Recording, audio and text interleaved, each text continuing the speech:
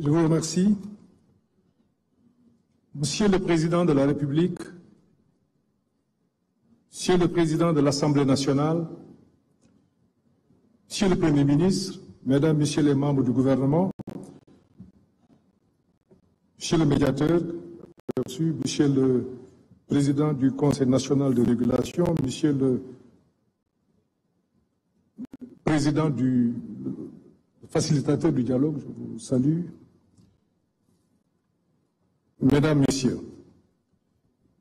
permettez-moi de saluer d'emblée l'initiative de ce dialogue national. Malgré les turbulences, elle est un geste d'ouverture à magnifier. Nous, opposition républicaine, y prenons part, non par naïveté, mais par fidélité à nos principes, par foi en l'avenir et par amour pour notre patrie. Oui, le climat est tendu. Oui, il y a des arrestations, les restrictions de liberté interpellent. Et justement, plus le contexte est difficile, plus le dialogue devient une nécessité. Refuser de dialoguer, c'est entretenir l'impasse.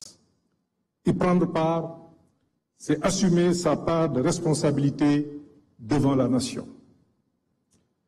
Ce dialogue s'organise autour de 3 axes que nous partageons. Le premier est celui des libertés publiques. Mais que vaut une démocratie où on arrête des opposants, où des journalistes, des chroniqueurs sont convoqués, parfois détenus pour avoir fait le travail? Nous appelons à un pacte national de pacification politique fondé sur la libération des détenus politique, l'indépendance des médias et des procédures judiciaires perçues comme justes et impartiales. Le second axe porte sur le système électoral.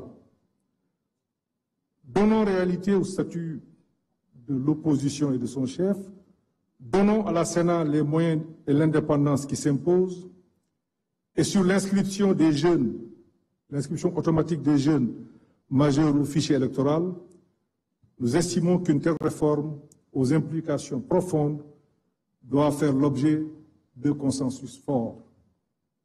Le troisième axe est la refonte institutionnelle.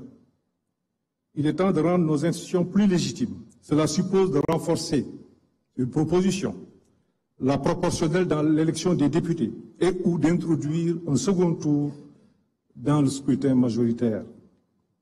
De même, la Haute Cour de justice doit être réformée, sa composition, aujourd'hui alignée sur la majorité parlementaire, ne garantit pas l'impartialité attendue. Au demeurant, n'oublions pas que c'est notre système démocratique actuel qui a permis les grandes alternances de notre histoire.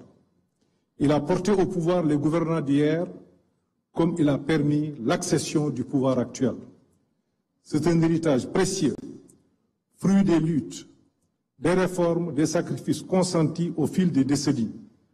Que l'on soit au pouvoir ou de l'opposition, nous devons ensemble préserver cet acquis. Mais au-delà des questions politiques, l'enjeu central de mon point de vue reste économique. C'est pour cela que j'avais souhaité et proposé l'inscription de cette question à l'ordre du jour du présent dialogue. J'espère et souhaite vivement une mobilisation de tous les acteurs autour de ce sujet. Le Sénégal fait actuellement face à des pertes d'emploi, une dette croissante et une situation budgétaire préoccupante sur fond de vulnérabilité externe. On peut ne pas s'entendre sur les causes, mais il faut qu'on s'accorde sur les solutions. Ainsi, votre nouveau référentiel stratégique de l'action publique devrait être, de mon point de vue, mieux partagé pour améliorer sa mise en œuvre pour l'intérêt de tout le monde. De même, un pacte national sur l'emploi productif qui mobiliserait tous les acteurs autour des secteurs à fort potentiel serait vivement opportun. Enfin, une réforme de la politique budgétaire me semble être nécessaire et urgente. Elle ne peut plus attendre.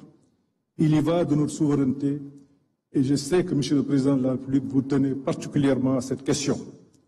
Toutes ces questions pourront faire l'objet d'échanges ultérieurs. Toutefois, permettez-moi de noter qu'il va être difficile de faire fonctionner un levier, quel qu'il soit, dans un climat d'instabilité politique et sociale, au surplus dans un environnement international instable.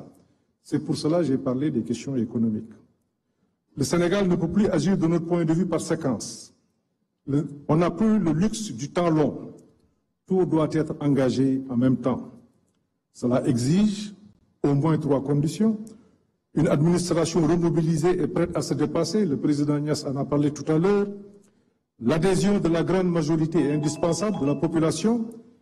Il faut parler à l'âme de la nation, consolider le lien social, apaiser les tensions.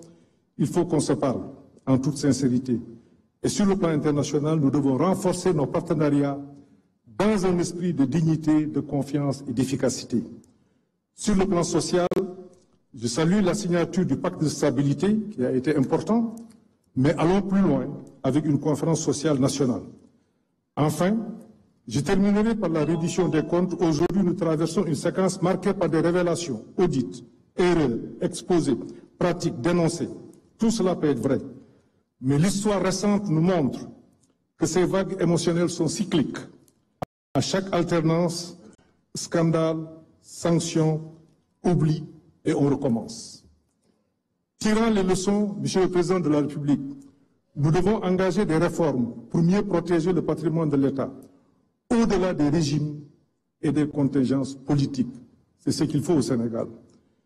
Monsieur le Président de la République, je rêve d'un Sénégal où l'opposition est écoutée, pas écartée, où le débat est loyal, constructif, pas agressif, où la critique est utile, pas criminalisée. Le Sénégal a besoin de nous tous.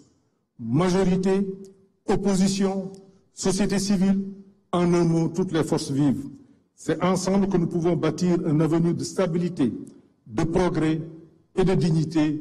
Je vous remercie de votre aimable attention.